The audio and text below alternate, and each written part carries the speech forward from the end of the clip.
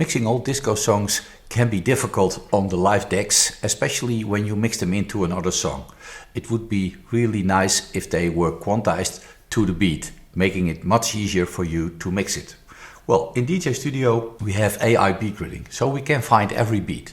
Have a look at Chic Super 1, an old song, and what's happening when I use a fixed beat grid. Switch on the metronome. And you see it is off, and whatever you do, I can fix the fixed beat grid over here, but later on you see already it's running away. So the tempo is fluctuating. Also with old vinyl records that you digitized, you can have the same issues. Well, luckily we have AI. So when we switch on AI, you see the tempo differences in this track, and so you can hear we're now spot on every beat. And the cool thing with DJ.Studio is that we can follow this tempo. Well, if you want to play it in Serato, Virtual DJ or rekordbox, you don't want to follow this variable tempo, you want to get this track fixed. So it's pretty easy to do. This gray line is the official tempo. When I switch the tempo to manual, now the track will follow the manual tempo, this 115. So metronome is still good, but now every beat gets aligned to this fixed 115 tempo. So the only thing you now need to do, I don't want to have this variation at the end, so flatten it all the way to 115, and let's have a look at the master.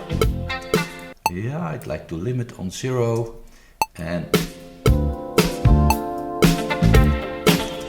put the compressor on, so I've got much more volume to mix it with tracks of nowadays. And well, this is basically all. And now export it and have this as a FLAC file. So now that the FLAC file is created over here, I can import this FLAC file back into DJ.Studio, and we'll see something really interesting. This track is now quantized. So if I would go over here to the track, set this one to AI, set the tempo to manual, and this new track is... Why must I be so depressed? I feel I'm not like the rest. No. So you see now this exported track has a fixed grid, and you can use it in your own external software. Here, let's see if we switch on AI, and when I remove this line, you see there are still little bumps up and down. That's because we don't totally remove the groove of the mix. We just quantize it within 0.5% of variation. So I hope this gives you a better understanding of DJ.Studio and how you can fix old disco tracks to play them in your live performance sets.